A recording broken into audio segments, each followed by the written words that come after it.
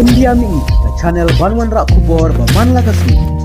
Menteri ng Badu kari Israel Benjamin Netanyahu hakini kikendet sengi baladap ulaong baka jing le thambor jong ka Israel kalayo man shim ya jing im jong we stat sayan bahedu jong kari Iran bat kiwe de kikatu kat nengot ki he jong ka Iran